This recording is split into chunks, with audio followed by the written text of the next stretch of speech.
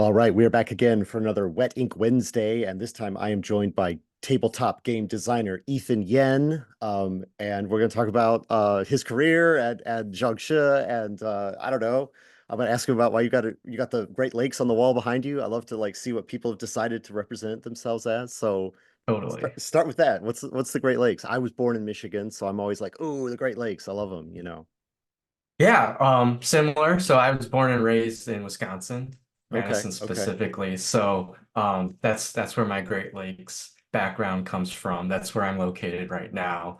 And my day job is I'm actually an environmental engineer. So I deal a lot with water, okay. wastewater particularly. So this is Yeah, kind of just my background and like ties me back to what I do during my day and just trying sure. to clean up the environment from whatever society likes to output. Uh, right. Yes. Awesome. So when I met you less than a year ago in Madison, that's like your stomping ground. Like, Yeah. We met at Game Hole Con yeah. last year, I believe. And yeah, that's really my backyard. I've been going to that convention for actually less time than you would think for having been growing up in the area, but I'd say probably 7 years now I've been going to Okay. Game Con. Okay. Well, Yeah. that's almost as many as they've done, I think. So Yeah. that's pretty wild.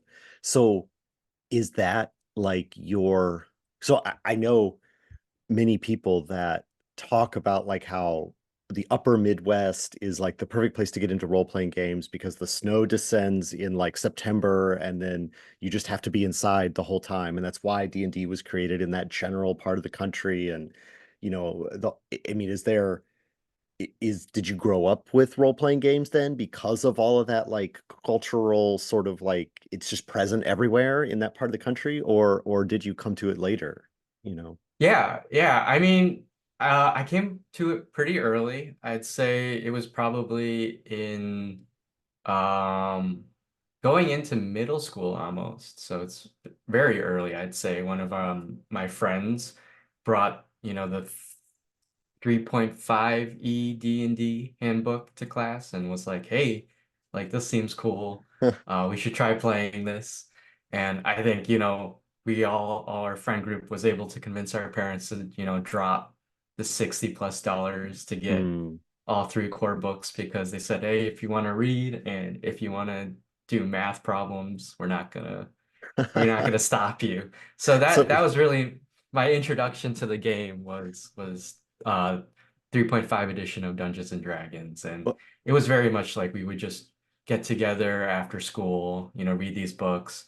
Back then, a lot of it was just dungeon delving, and really it was just a form of like whoever was dungeon mastering at the time would pick a monster in the monster manual, and then we just fight it. And that was kind of our way of playing Dungeons and Dragons. Yeah. I mean, there's no wrong way to play role-playing games. I like that as like a I like that pitch to the parents about like, look, reading, math, science, Yeah.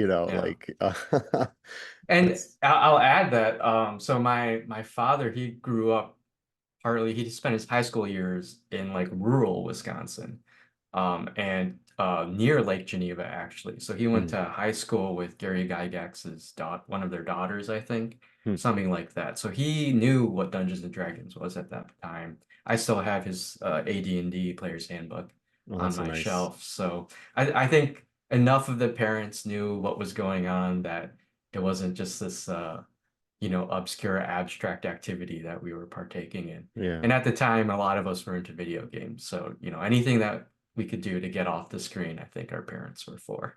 Hmm. Yeah, I mean Yeah. that makes sense. That makes sense. There's always something wrong. You know, kids playing whatever. I mean, yeah, I could direct a bunch of straw man arguments about like which have been the bad thing that kids are doing now. Is there's Yeah, always something, but it doesn't. exactly. It we don't need to rehash that history of what's been of kids these days. Um, Exactly. uh, uh, so I then like I always have this like mental not mental block, but it's always like when I meet someone, I'm like, I've never met you before, so oh, you must be new in the industry, right? And that is a false that is false on my I know it is, but still it's the way my brain works. So I met you like a year ago and or about a year ago, and you're like, oh, Mhm. here's the newest thing that I'm working on. You actually gave me like a pre-production copy of Fetch My Blade, I which did, I yes. have played.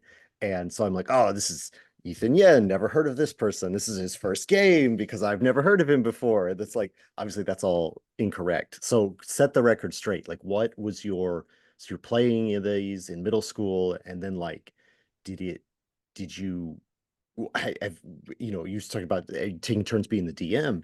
So is that like, we like to say that like as soon as you become like the leader of the game, you're already a creator because you have to then create the stories, you have to run the scenarios, you're gonna add like NPCs, you're gonna start describing the towns and stuff like that, or the dungeon rooms, like you're already becoming a creator at that point. So did it naturally Yeah. lead out from playing, or did you sort of like, was there a period where you were like, oh, but I couldn't make these, and until something did make you realize that you could? Like, what's that transition from playing to creating? Yeah. Yeah. I think I was fortunate enough to be in a friend group where we were all wanted to take turns being a DM and running the game. I think Yeah. often we hear this story of like, well, no one else wanted to do it. So it seemed interesting to me. So I decided to volunteer.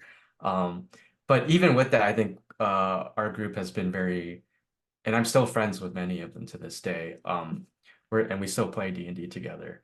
Uh, we're very much creative folks that like to create worlds and stories. Even before we found Dungeons and Dragons, that's what we were doing when we were playing.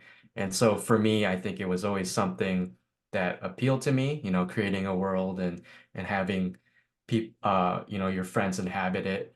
So much so that I actually originally was dabbling more in creative writing, right? Mm, Short stories and everyone wants to write a novel kind of thing. sure.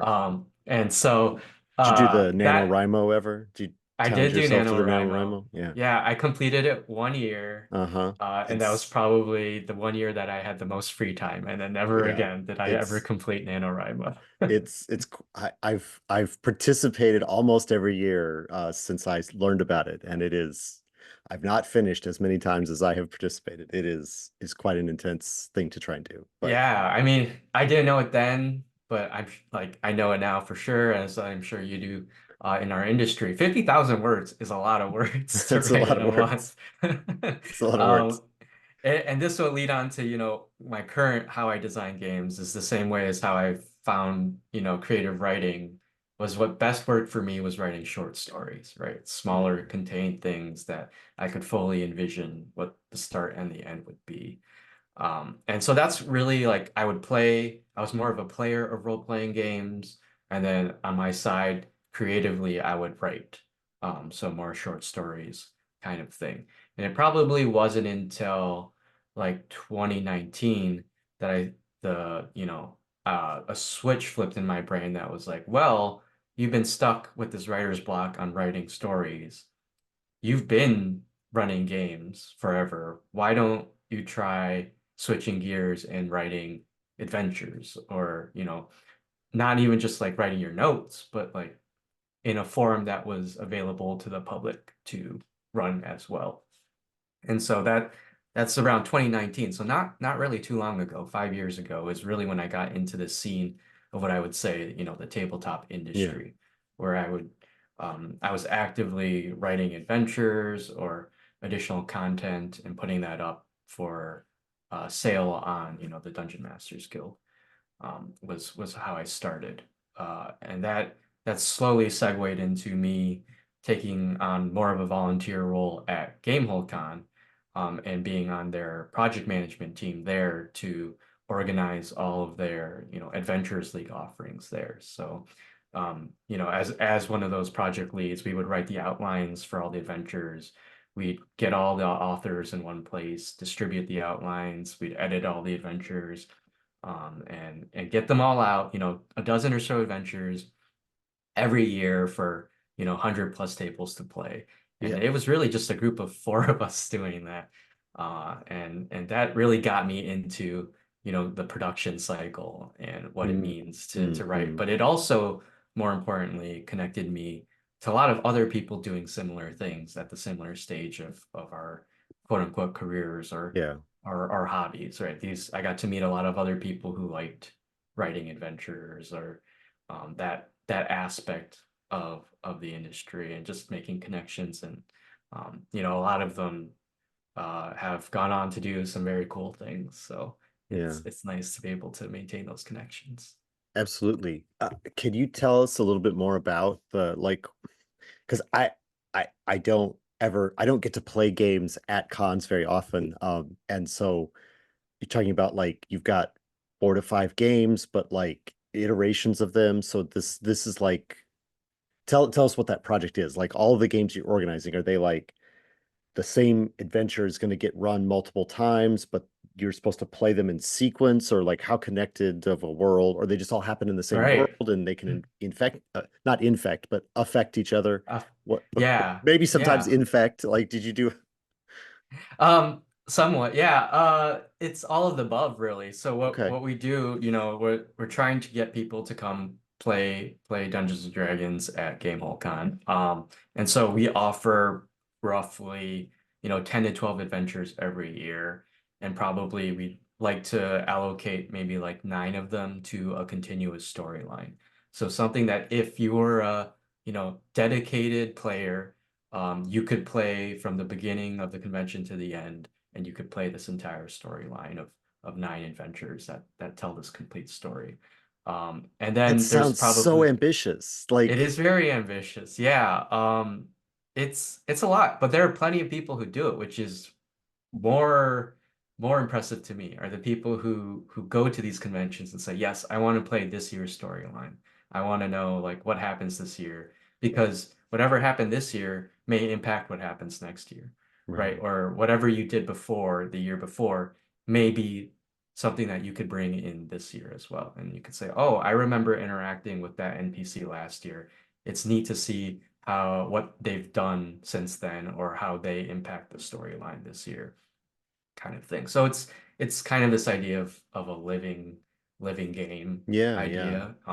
And oftentimes these will offer like if we're available, offer like a large epic, which is like a multi-table event, which to me is kind of the experience I want at a convention, right? I can Mhm. play a role-playing game with my friends at home. But But where you, else can you play a multi-table event where, 20 or so tables are all doing the same quest objectives, and what happens at that table is affecting your table and vice versa. And that's like a whole different experience to me. yeah. And when that happens, you can have these large like climactic battles or climactic events that can really shape the world and determine what happens the year next. So, yeah. So then it almost seems like then like you're like, okay, so I was looking at your itch page earlier. So you're like, you've got some one pagers, and then I know Mhm. Fetch My Blade is a solo game. So that's sort of like you've already done very hard things, like to design an adventure path, 9 adventures that have to interconnect, and they're in a persistent world that like is it's the game whole version of I don't know, a famous setting, or did you make up your own setting? And then Right. but also like each of the 9 adventures has to work as if it's like an episode of TV that's the only one that they signed up to play. They're playing adventure Hmm. 6 out of 9, and like that's they're in for one and out for it.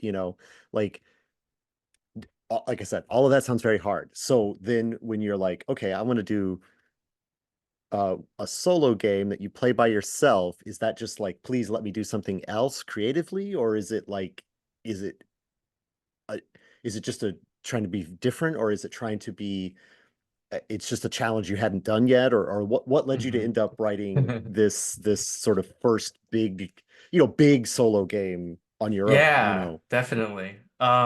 Yeah, I would say, right now, like I'm no longer involved in that organizing of GameCon because I wanted to focus more on my personal projects. And I think part of it is, um, there we do have a lot of freedom in what we were doing at GameCon, but there we were also working within certain restrictions, whether it's how you set up the organized play or the restrictions of the rules itself of the game.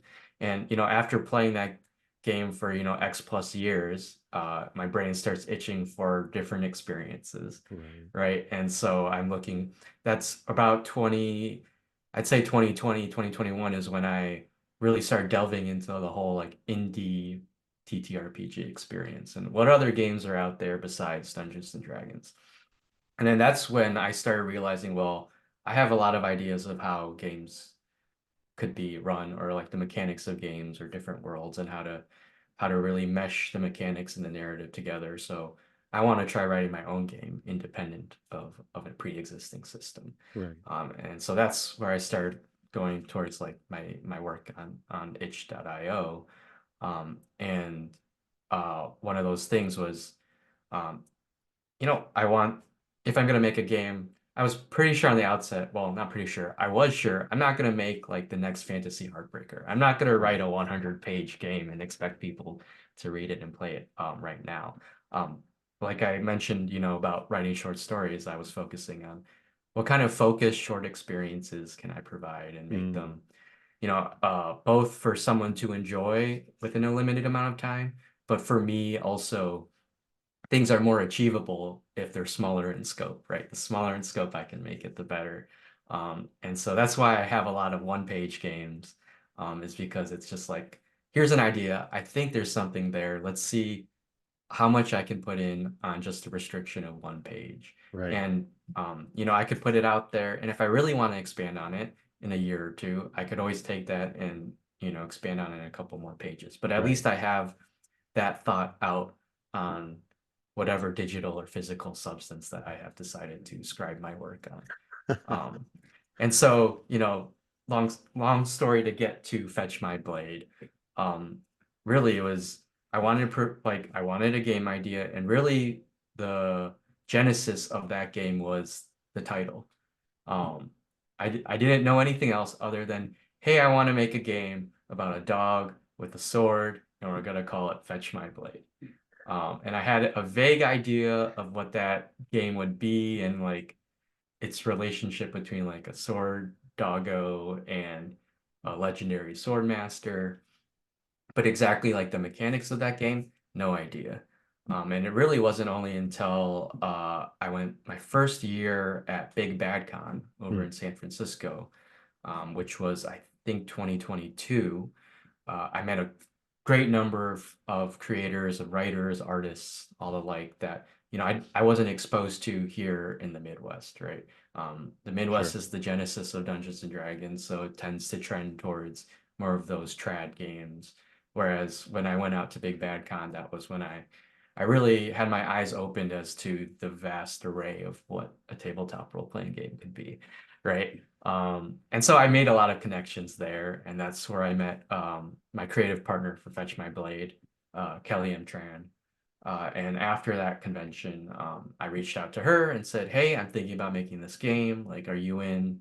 And she was totally ecstatic to be working on this project. She is a dog lover, Mm. dog owner, right? So, um, fun fact, I don't actually own a dog. I don't have a dog in my house. You wouldn't believe it based on the game that I published. Look, I Um, also am a non-dog haver who has made a dog game, so it's fine. It's fine. yes. Yeah, I appreciate the dogs for what they can represent in a thematic or Mm. emotional sense. And so we worked together on this game, and then really fleshed out the mechanics and the text and stuff. And Yeah, it did take us a year because we both had day jobs and we were working sure. on and off. But it was a very contained scope, and that slowly evolved into what the game is now, right? Yeah. So I, um, yeah.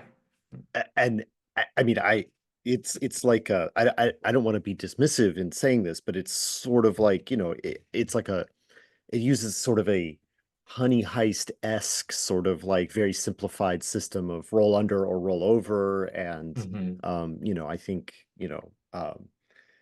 everybody is, when somebody comes up with a new system like that, it's not broken, don't break it, just use it, and but I think the additions here, I mean, it's a little bit of it is also interesting, but it is a little bit of a gimmick where like the book is printed so that you're going this way as you go through it. I'm talking, and hopefully I'll be on the one on camera. But you go this way, and you get to the end of the book, and then you turn the book over, and then you go backward. I mean, I'm explaining to the viewers, not to you, because you obviously Yeah. did this. You know, No, no, but yeah, like yeah. I'm just you're nodding going along. backwards through the because you have to run out to get the blade, and then you have to run back to where the scene of the duel that the sword master needs the blade for is happening. So there is this sort of like we call it table presence at Wet Ink Games. Like it's sort of like it there's a you are because we don't do like obviously the maximum amount of like table presence is like if you're playing like a war game and you're actually measuring the like line of sight on the laser gun battle, Right. that kind of that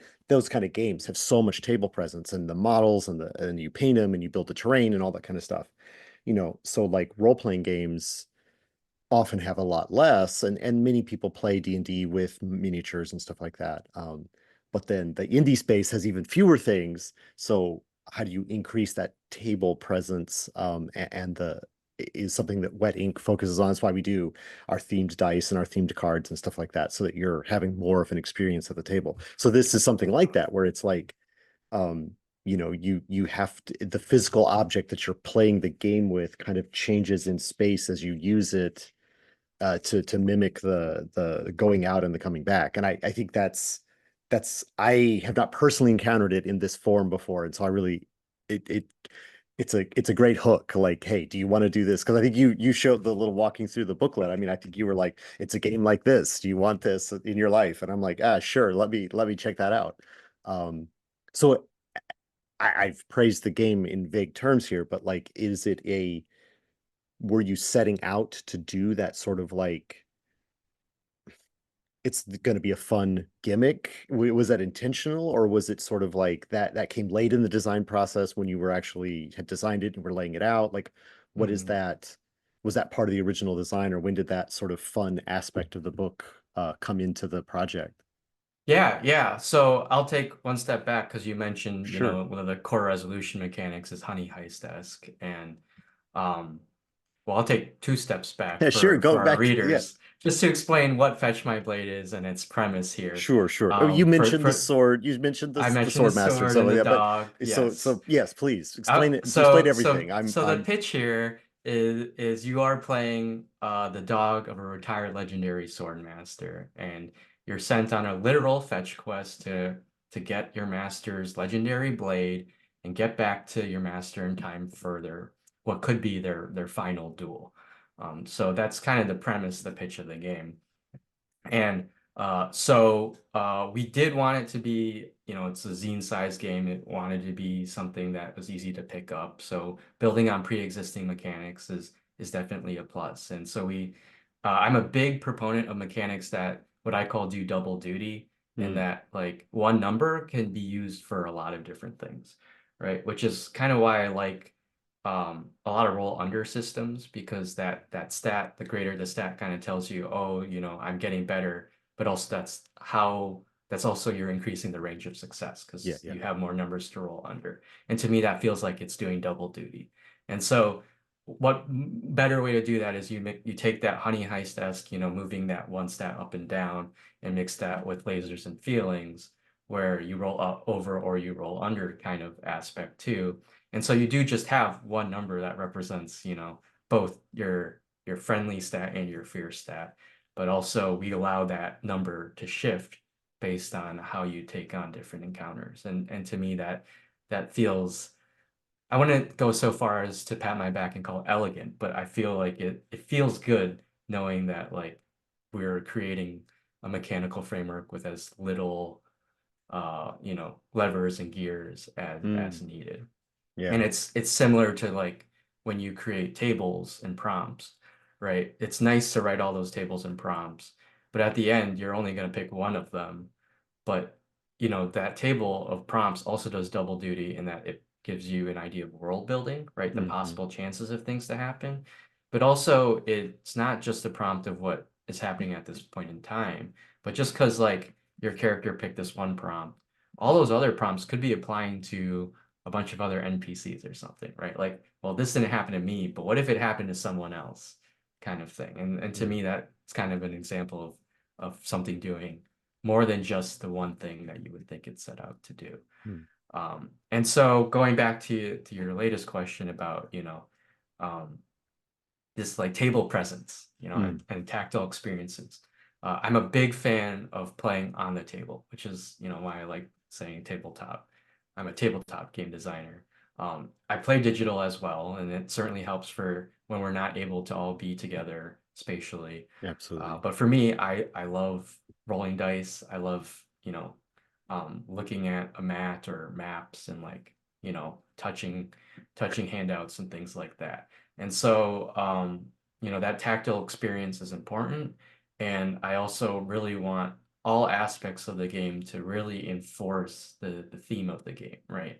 You're on a literal fetch quest. So how do we make you feel that you're going there and back?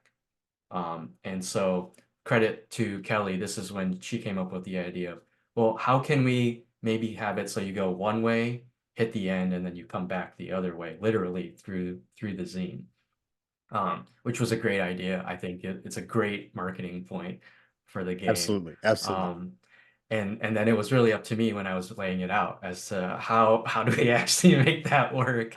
Um, and I think we pulled it off. It really helps reinforce that experience of I went there and I'm coming back. But not only am I coming back to where I started, but I'm coming back changed, right? Mm, Every site, each spread is a different location. But when I'm coming back, that location has been turned upside down, right? I'm approaching it from a different view because I've changed. And so what I'm experiencing from what I just when I left the first time is different now, right?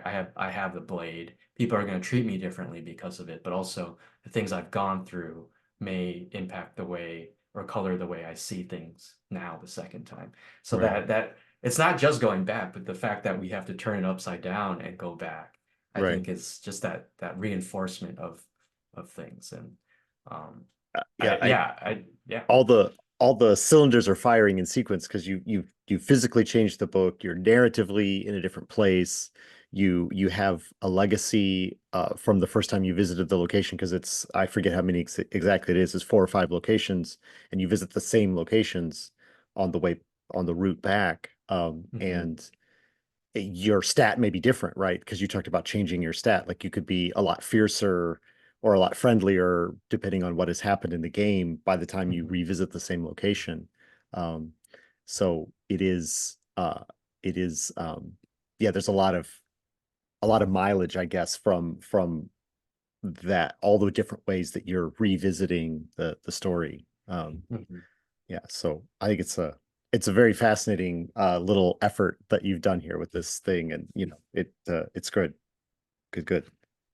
And it doesn't help that it's got fun little dog illustrations in it. Yeah. So um, yeah, I don't know anything else you want to say about it. Has it been getting good like traction, I guess, as a product out in the world? Like you don't have to tell me like download numbers or whatever, but like is it Uh, is it it's been doing well. Yeah, and I think part of it is it landed on I think Polygon's, mm, tabletop games we played in 2023, which yeah, certainly helped boost it. And I'm not a professional graphic designer or layout artist. This was very much like a labor of love for the two of us. And um I am a writer. I am a writer, right? I right. don't so the it was a little intimidating having a lot of eyes on this project in terms of like, well, it's not going to match up to a lot of these like very professional grade scenes you're seeing, but it is very impactful to me knowing that people play the game. I have gotten comments from emails and things of people telling me they play the game and how much it means to them. Whether or not they lost a dog recently, so this was kind of Mm, them trying to cope with that experience, or just also just folks who wanted to play as their dog in this fantasy world or something like that.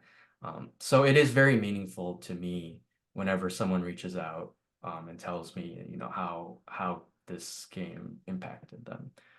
And as I'm sure, any creator wants to hear someone gushing about their game. sure, So of course. yeah, it's been good. We do definitely have plans for the game in the future. Okay. So that'll be fun. And that kind of leads me to a question I have for you, Matt. Sure. So the reason why you asked me for this interview is I'm one of those additional contributing writers for Jiangshi, the Hmm. reprint. And so what I have a question for you is what challenges did you have from Wedding Games side to decide to do the reprint, and then deciding what else are we going to offer Hmm. to the audience, especially for those who may have the game already, but want to expand that experience. Right. Challenges both production wise and all sorts of things that you're involved in. I'm curious. Uh,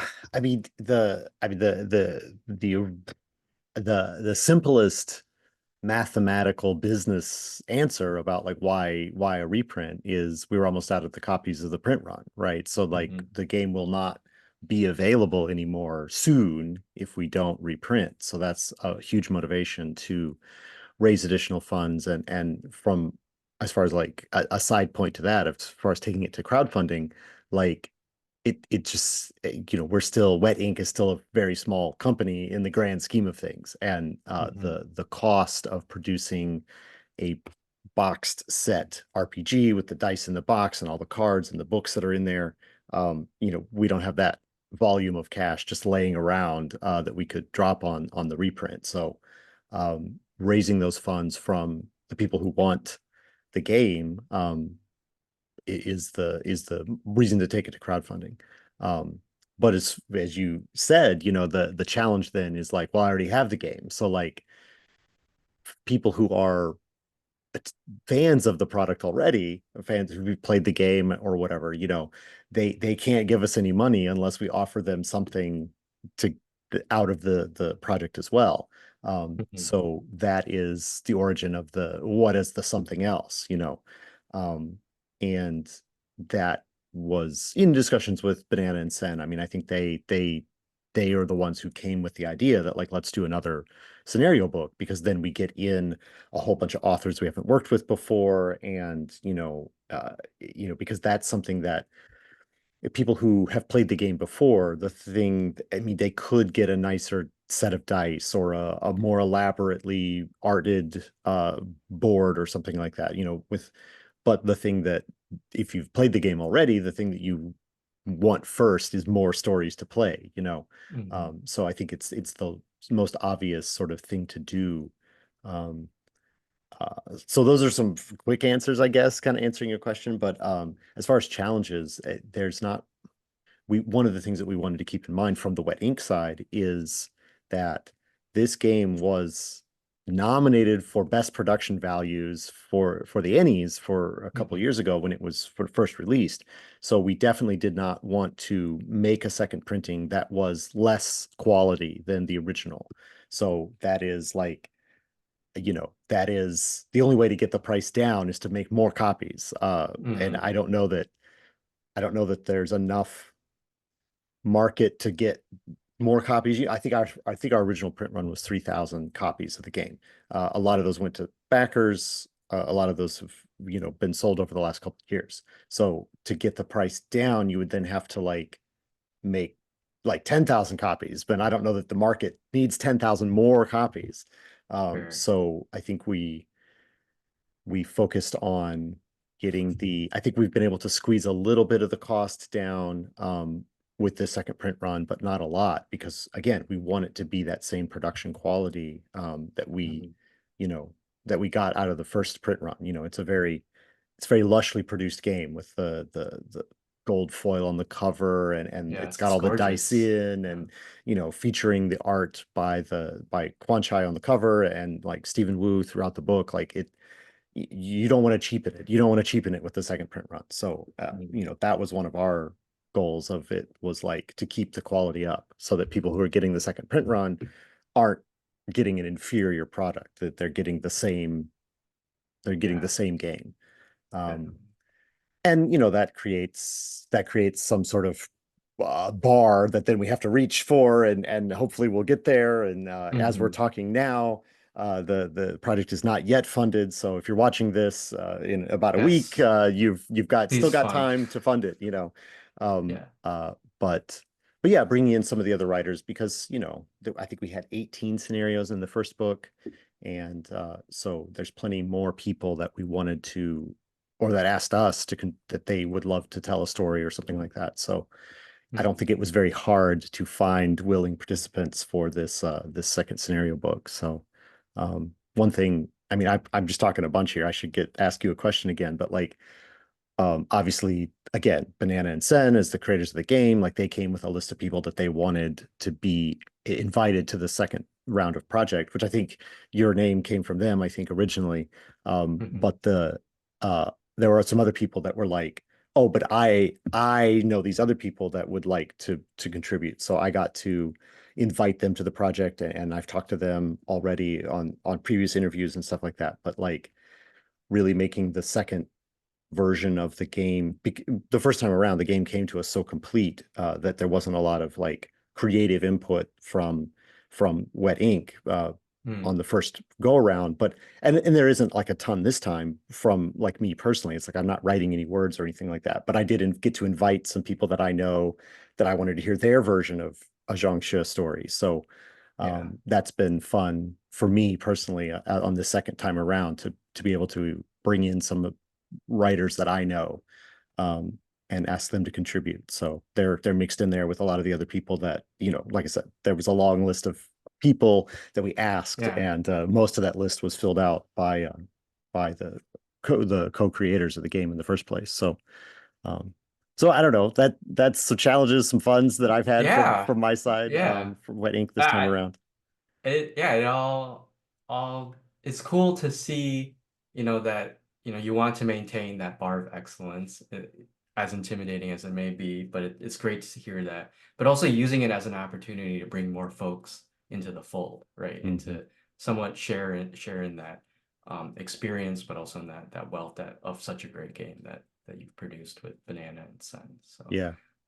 yeah, that's great. So let's talk a little bit then about your particular story that your scenario, having mentioned this scenario book, that is, if you back the the backer kit, if you go to the backer kit, you can back for the new scenario book, even if you have the Mhm. game already. And the new Yes. scenario book is full of new scenarios, they're not called Haunting Tales. That's our other game, but they're called, these scenarios based on some other version of a restaurant, of a family under threat, of a family facing a discrimination in some way. Yeah. There's Yes. lots of ways to tell that story. So what particular story have you chosen to tell with your contribution to the new book? Yeah, yeah, definitely. So, I was incredibly honored that Sun and Banana had reached out and asked me if I'd be willing to write a new scenario. And for me, I did a lot of reflecting as to, well, what kind of scenario would I like to do? And when I was pitching my different scenarios, I picked one that was much more of a personal experience, and then one that was more of like a fantasy, um, like Jiangshi apocalypse scenario, Mm, right? And so I gave them those two to look at, and ultimately we decided to go with the one that was more personal. And frankly, a lot of my work is not something that draws from my direct personal experience. Right? I like the fantasy genres. I like the sci-fi genres. I am not, in fact, a wizard, and I do not have like a cybernetic arm. So right. those are things that I don't experience personally, but this was an opportunity for me to really delve into, my identity as a Chinese American.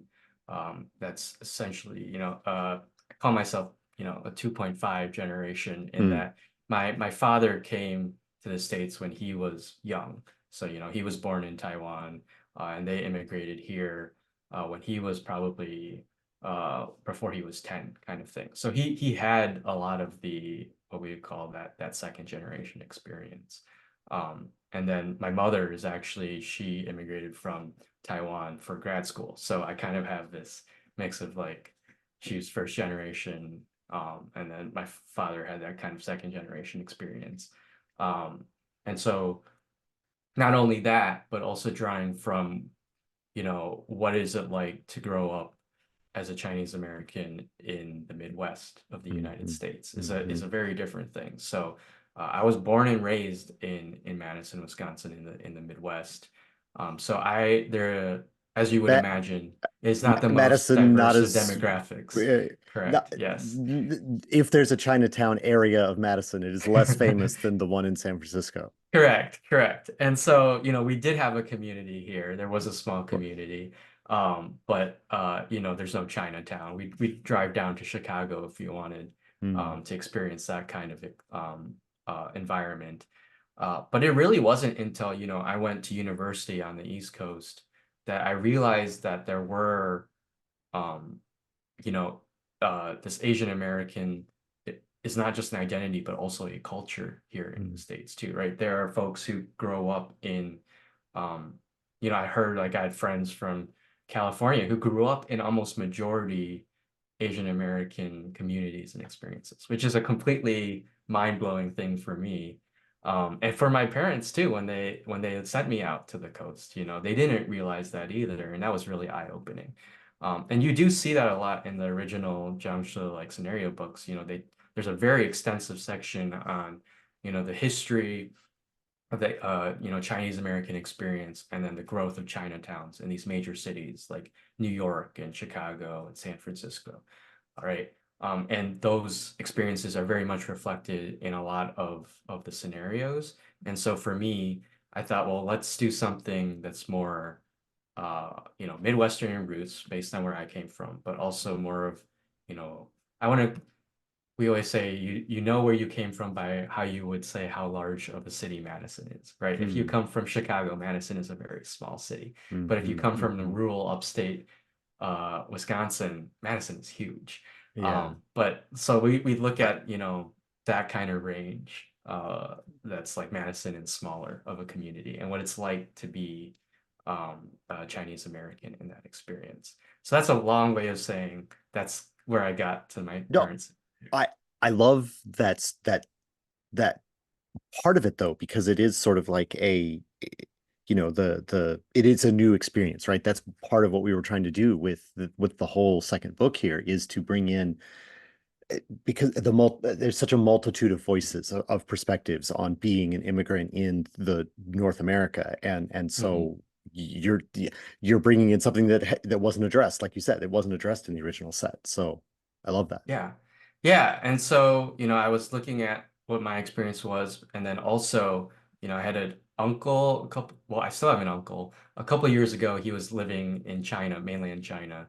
And we were going to go visit him at that point in the summer. And he had called us and asked, hey, before you come, can you go pick up, like, we've ordered some ginseng roots in Wisconsin, up in Wausau, which is a couple hours north of Madison, in the central Wisconsin. And he said, can you pick those up and deliver that, like bring it with you when you come visit us in the summer?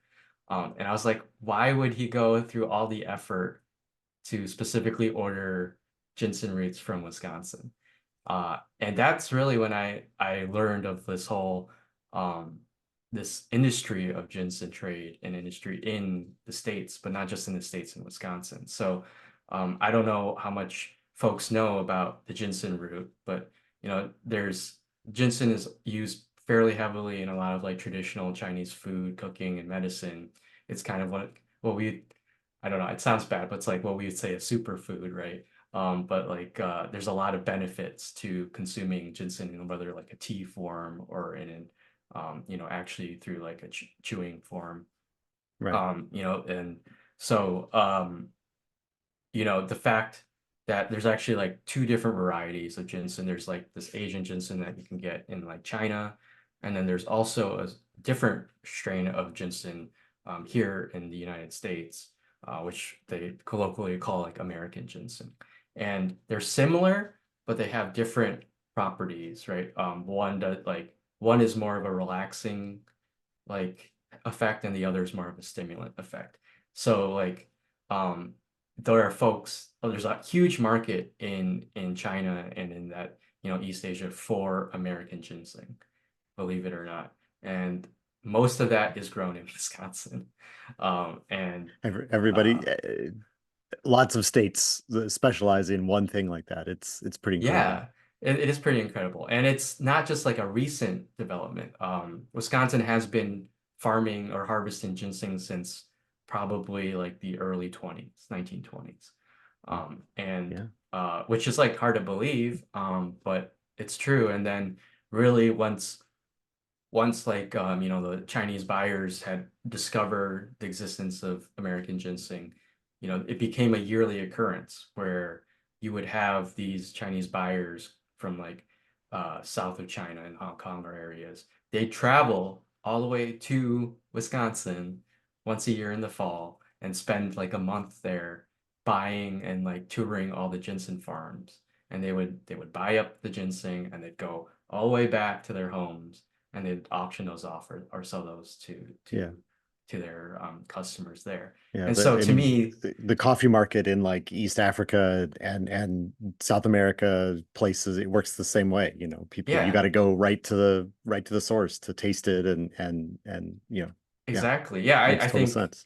often we forget just how much international trade needs to happen for a lifestyle like ours to even Mm, exist, right? hmm hmm Um, and so to me, it was such a what an image to like see like at this very rural town at the time of predominantly, white farmers raising ginseng and then having this experience with these traders from all the way across the world once a year kind of thing. And most of the time these farmers would not fully understand like what are they doing with the ginseng? Why is it so valuable, right? Right. Like you've been growing all of this, but it's not as predominant in your culture as it is in China. And so that's the spark of my scenario there What? is this dichotomy, I should say dichotomy, but this experience, Yeah, right? yeah. This Like touch point between cultures that it yes, fascinating. I love it. I love the like yes, finding this these touch point. moments. Yes, and it's not like and so I my story centers around more of like the mid 70s. So in that area of time, there were more Chinese immigrants coming into the States. And so my scenario does center around a family that owns a restaurant in Wausau that is loosely based on an existing Chinese restaurant. Well, I don't know if they're still there now, but they were very prominent in the 70s. They owned an old railroad station there and converted it to a Chinese restaurant. Cool. And that family, the father of that family, Billy Moy, became a council person on Wausau. Like he became a very well-respected member of the community. And so I drew some elements of that family dynamic with the community. And then also there were a few other existences of Asian immigrants, whether they were from Singapore or from China in the area.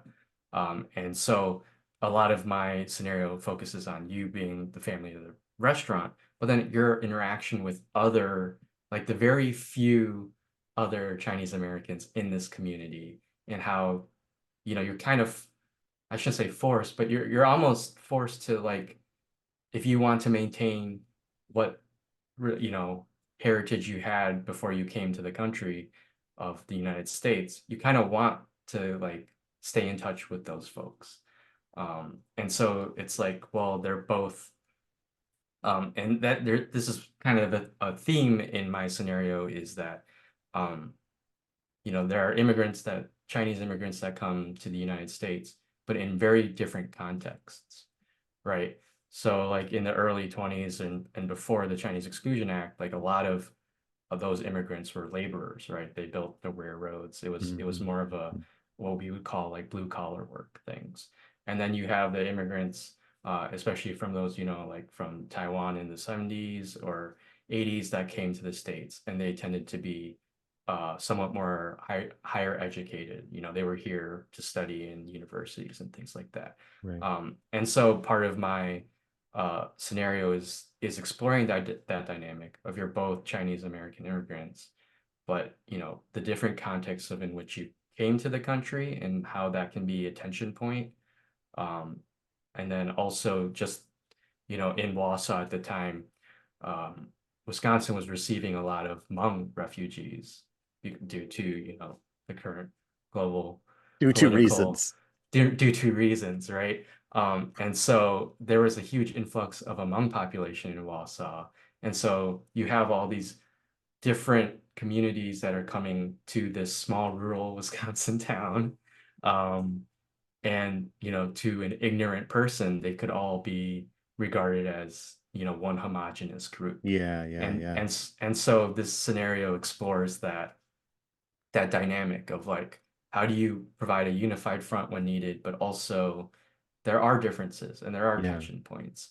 And all of that within the backdrop of ginseng harvesting and farming and possible weird Jiangshi happening. So you've packed a lot into this. Like this is all the Jiangshi is this adventure is only supposed to be a few thousand words. You've got like Yeah. deep context, agricultural history, multiple immigrant communities in competition with each other, and like the cycle of the buying harvest, and some supernatural stuff. You've been very. You said you're better at short stories. This is like a novel length project here, Ethan.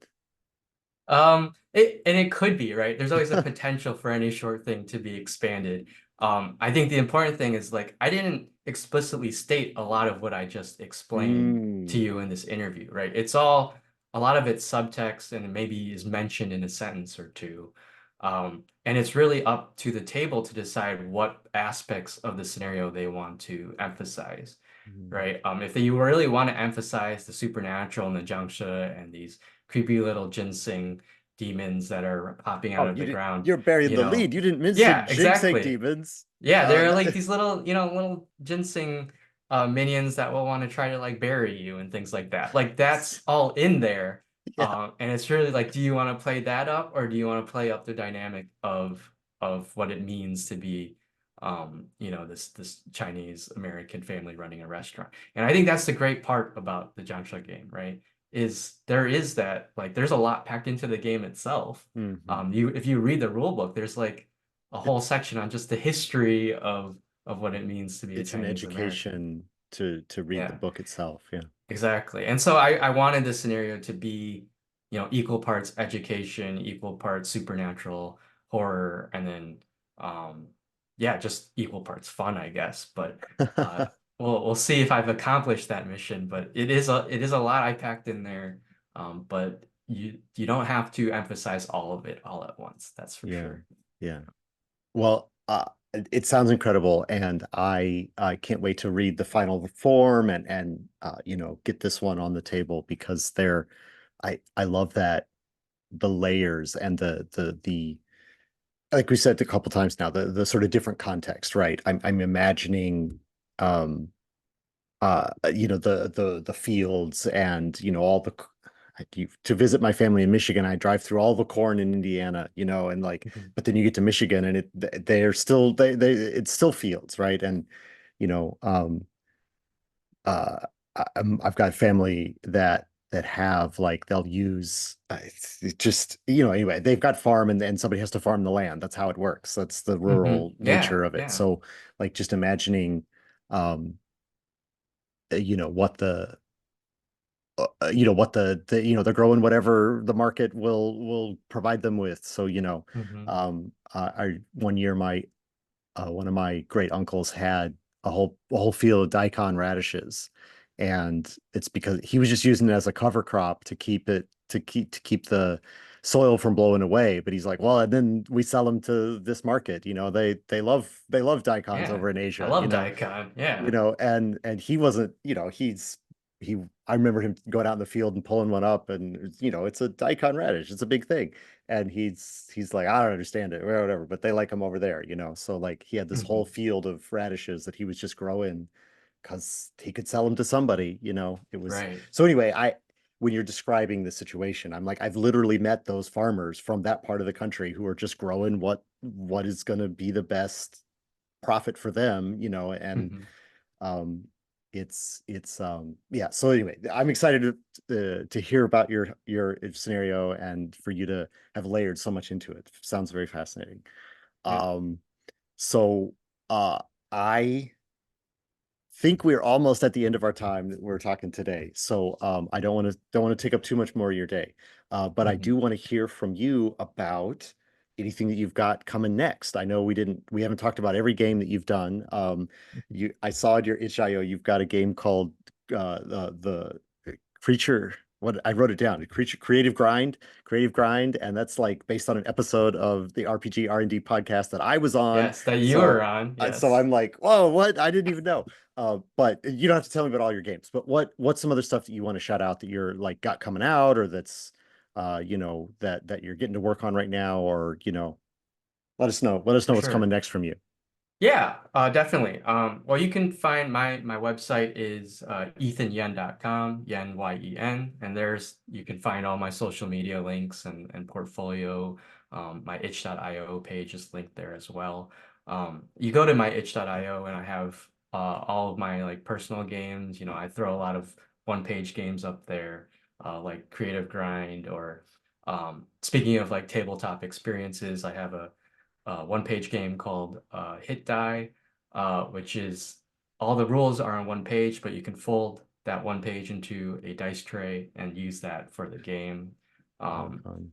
and I'm working on some freelance stuff too. So on the side, I'm a contract production support assistant basically for Ghostfire Gaming. So I deal a lot with, um, production side of things, but also writing here and there when they need, we need to fill up this as like this page of the book and we need some filler text or something. I do that.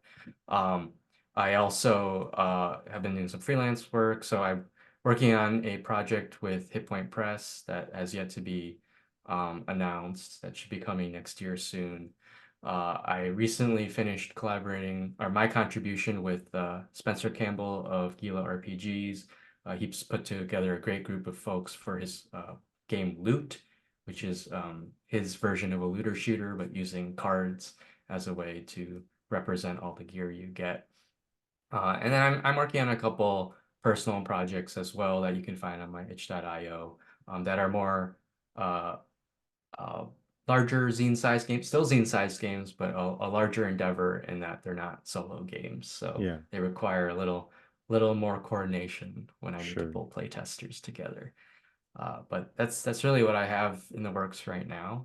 You can find that all on my website.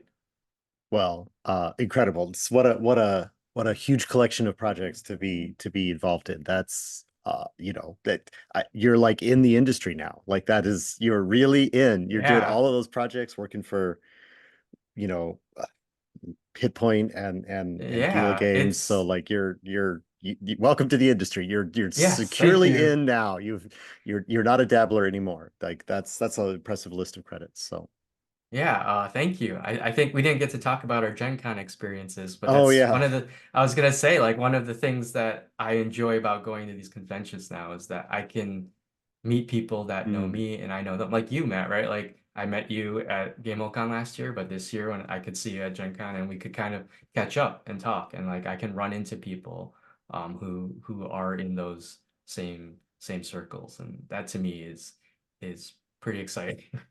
yeah. Whether or not it's a sign that I've made it, I don't know, but it's nice to be able to go somewhere and see people that maybe I don't see all the time. It is. I mean, we did talk about how we just got back from like literally Gen Con was like days ago at the time of this recording. Um, Mhm.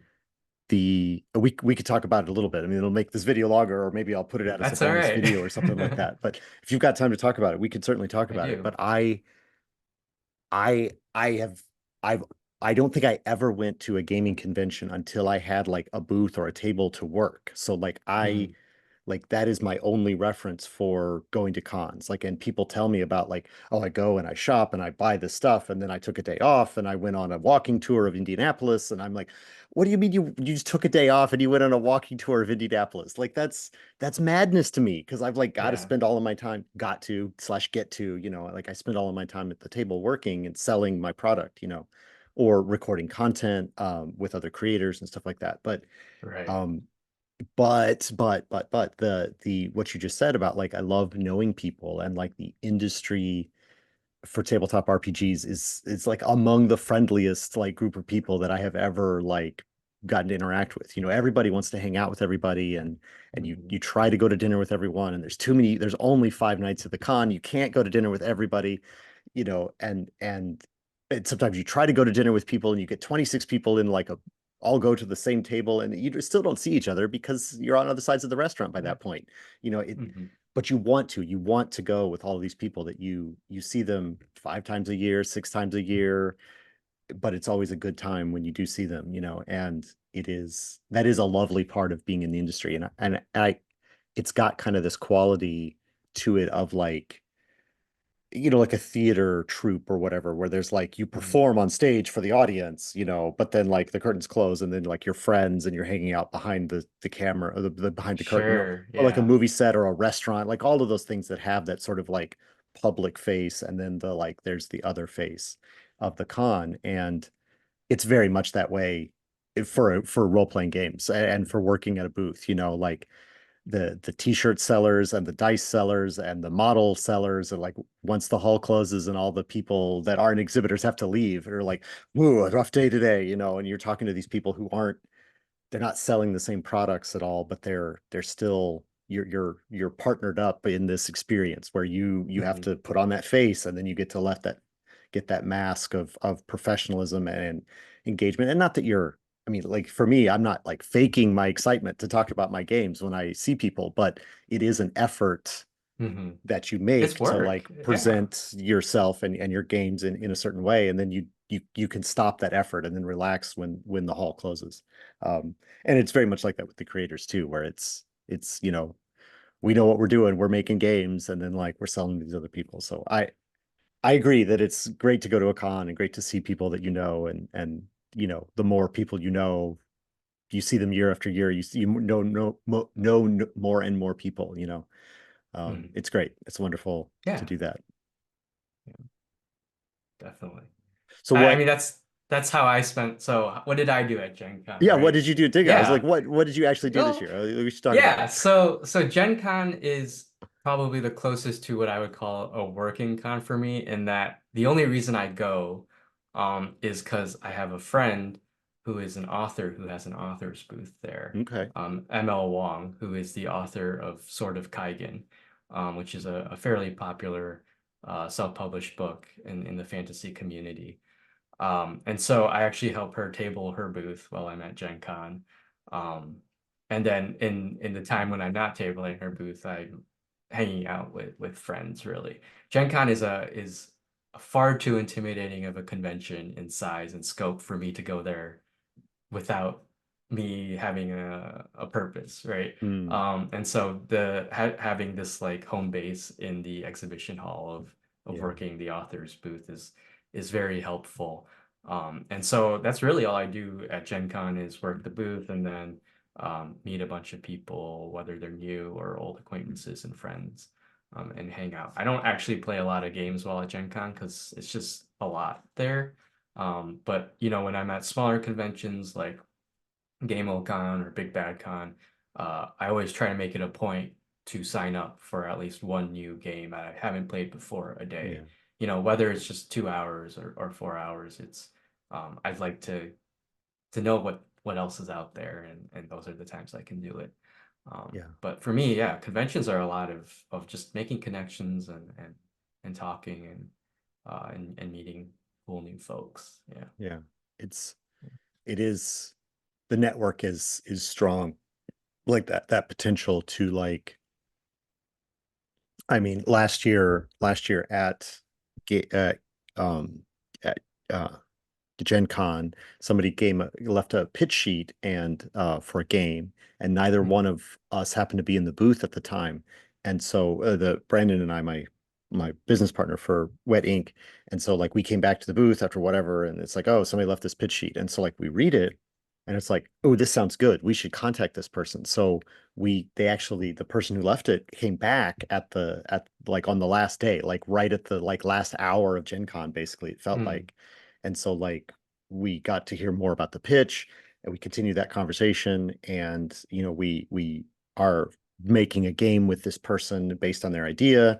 It's a knitting revolutionaries game. Like you're Ooh, encoding the secrets in the knitting, and then you're supposed to pass the knitting around and the players. And it's a very unusual idea, but it sounds really neat, and we're working on it. But the reason I tell all this is because that all happened last year and has been the course of this year. Well, this year, best designer is back at Gen Con, and we went to dinner together, and like had sort of a development meeting, also hangout meeting at one of the nights that Gen Con this year. And that's so far from like we had a 1 hour, or we had like a 20-minute discussion in the booth at the end of the day, but then like now we've gotten to cement that relationship more because now we went to dinner, and we're right, working on a game together, and it's the relationship has grown so much in just 1 year. But it is, it wouldn't have started unless Gen Con was that open sort of environment where you can just go up and,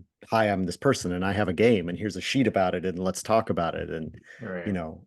it is, that's happening all the time. You're always the possibility to network with people and meet people. And I get introduced to somebody and I'm like, oh, okay, that's what you do. And then like the next day it's like, oh, you're looking for somebody who does that? Well, let me fish their card out of my pocket because I don't need that kind of work, but here you go, you could take Yeah. their card. And so the connections just continue to flow. It's great. Yeah, and it doesn't have to be a rapid process, right? For me, I started seriously thinking about the industry in 2019. And it was like a slow, I think the first time I met Banana was at Game Con in 2020 or something, right? And it was just the constant meetings and whatever convention we were at, and just even just the short 5-minute conversation, just like, hey, good to see you again. Like Yeah, you get to slowly build up those relationships. And it absolutely. was the same way with Sen as well. And it can be tough for folks who are more immunocompromised with the rise of COVID and things, to be able to get out there in person to interact. And so it's always something that I'm always thinking about too, is like, how do you encourage those connections in safer environments? And even if it's harder to do it online, like regrettably, just because of you're not in front of Right. people. But there are plenty of designers out there who may not be able to go to conventions, Yeah. or whether because of their health, or they're on the other side of the world, right? There's a strong Yeah, game designer presence in Latin America and Southeast Asia as well, and they may not get absolutely. the chance to go to conventions like Gen Con. And so it's always interesting to like be very it's very I'm very grateful for all these opportunities to meet with folks like yourself, Matt, in Yeah. different venues and contexts. And Yeah. yeah, I yeah. I'm almost longing, like in 2020 there were, I think even in 20, like there were attempts to recapture some of that. There were a lot of online conventions around the Mhm. 2020 2021 period when so few cons were happening, and for good reason that they weren't happening. But Mhm. it isn't the same at all as the sort of like all the people smashed in a room, and it's just Yeah, introductions all around, and like, oh, I met you, have you met this person? Like you introduce people in right, elevators, and casual bumping up against each other, like you said, like, oh, I did meet you and yesterday, and here you are again. And right.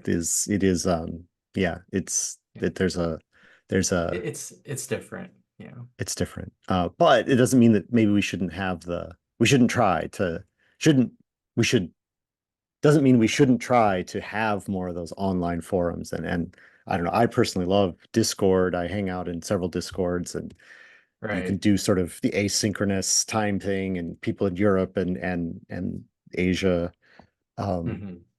they have their Yeah, contributions because they can kibitz on the posts and on the Discord at their own convenience, and then you read them, right. 12 hours later or whatever, but you're still sort of all part of the same conversation. But Yeah, um, exactly. I think with anything virtual, whether you're working, like I work from home on my day job as well, but the common complaint there is like, well, you're not seeing someone just walking by a cubicle, or in the break room or something. And I right, think the argument I would say there is, when we're in the context of this virtual environments, or people who aren't able to access the same physical spaces, we just have to be more deliberate in how we choose to interact with folks, right?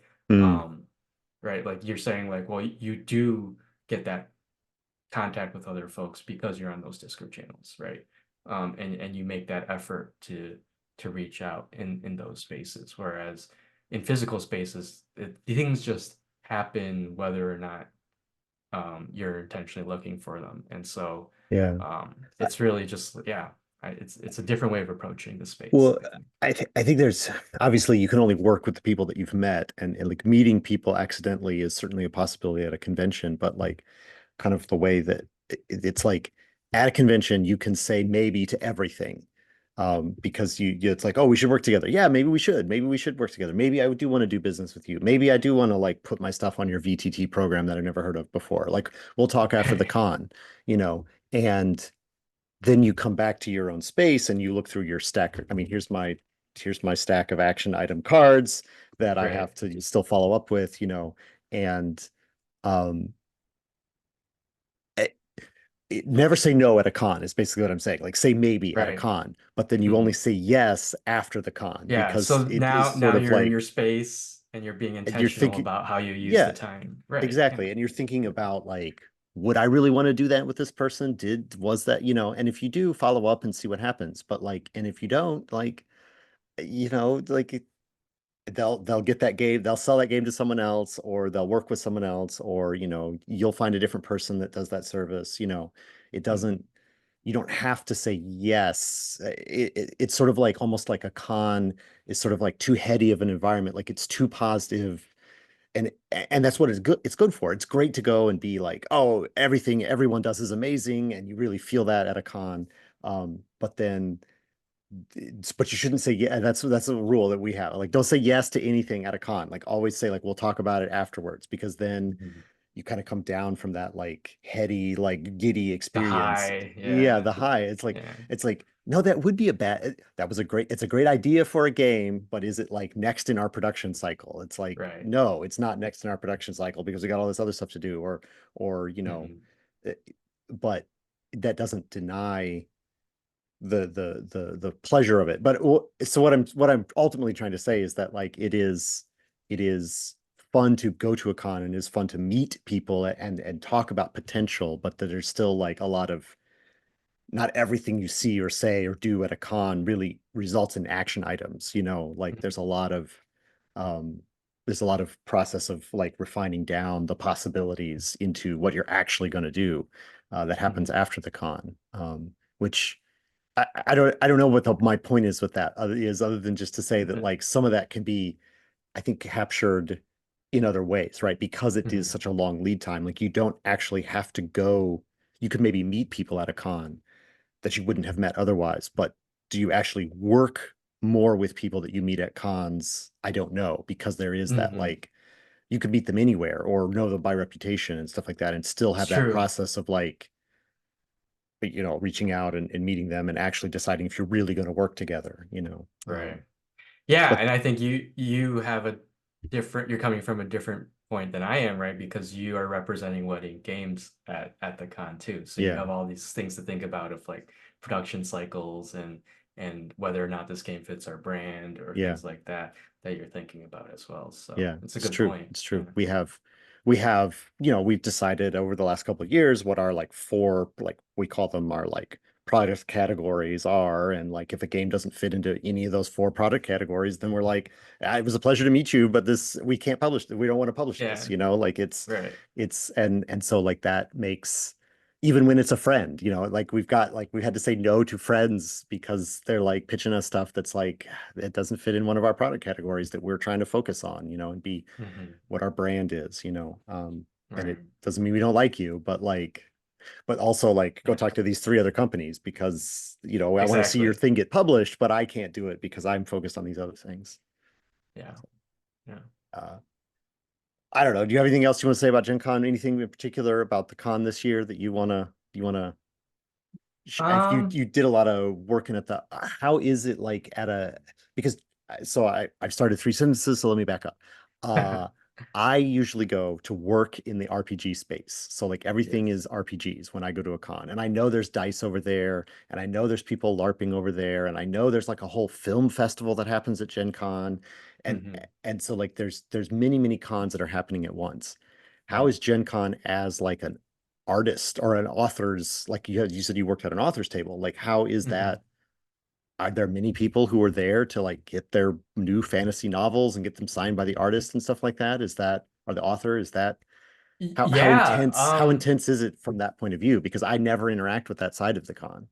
Yeah. Yeah. So two things there. It's for me, the author, I think the author's alley mostly caters towards indie authors, right? So folks that may not have a traditional book publishing deal. Hmm. Um, I may be wrong about that, but that seems to be the vibe, right? It's similar to that indie RPG sphere, right? Where it's the hustle and the grind is constant. Mm-hmm. These are folks that do have a presence on social media or something. They have a community, but they're doing it all themselves.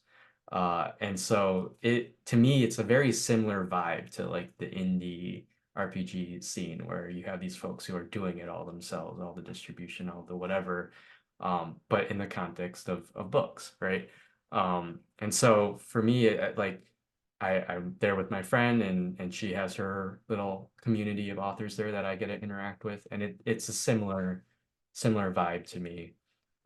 It's not, it's a lot of like folks who there's like two ways to do it, right? It's folks who already know who you are that come to your booth and they want to know what your next greatest thing is. And then there are folks that you're trying to attract that may not know who you are and you have to give them Hmm. the whole sales pitch. I think it's the same wherever you are when you're working a booth.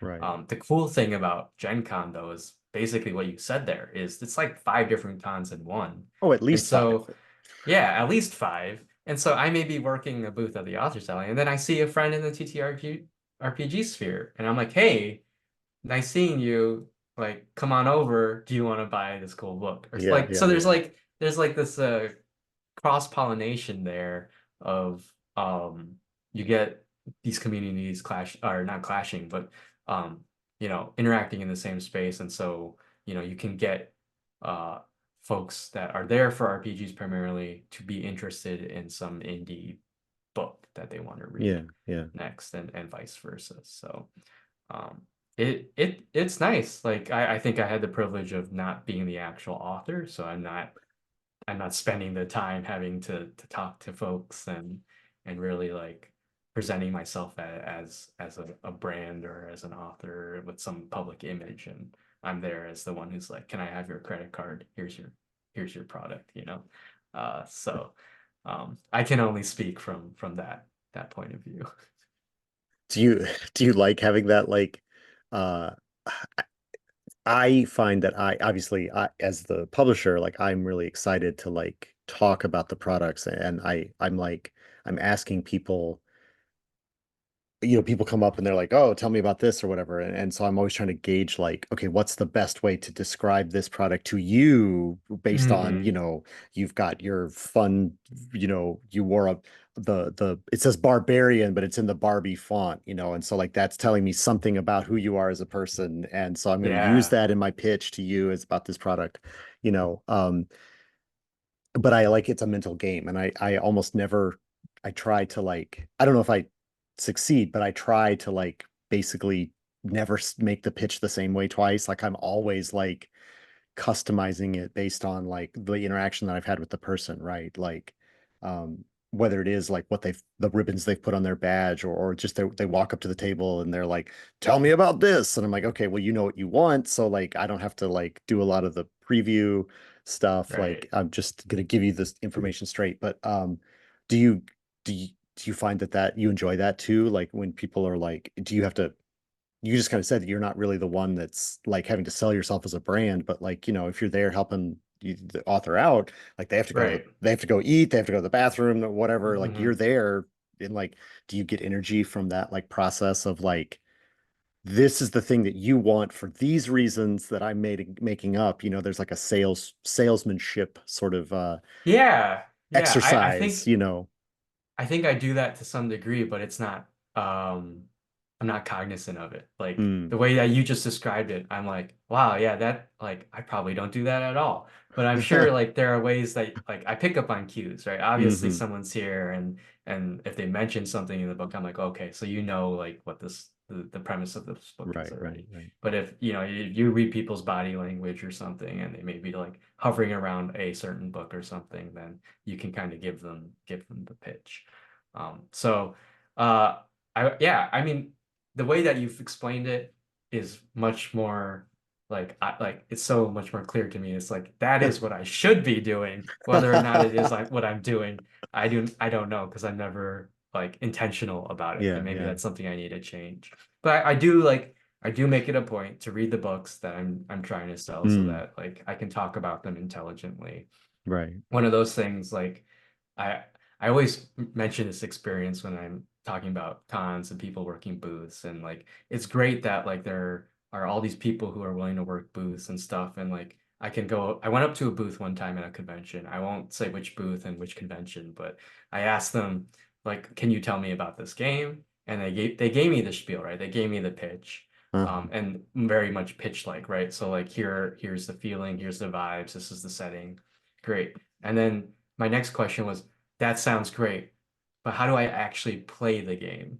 Mm, Right. And then they were like, oh, I don't know. I think it's a rollover. Maybe it's a roll like and like they like I don't expect everyone to know 100% of every product they're selling, right. but like for me, this is more maybe it's just a personal thing, but like when I go, I want to know like the crunch. I want to know the rules, right? Yeah. Like I want it's great you gave me the pitch on like the game as a whole and the narrative in the world, but can you give me the pitch on the mechanics as Yeah. well?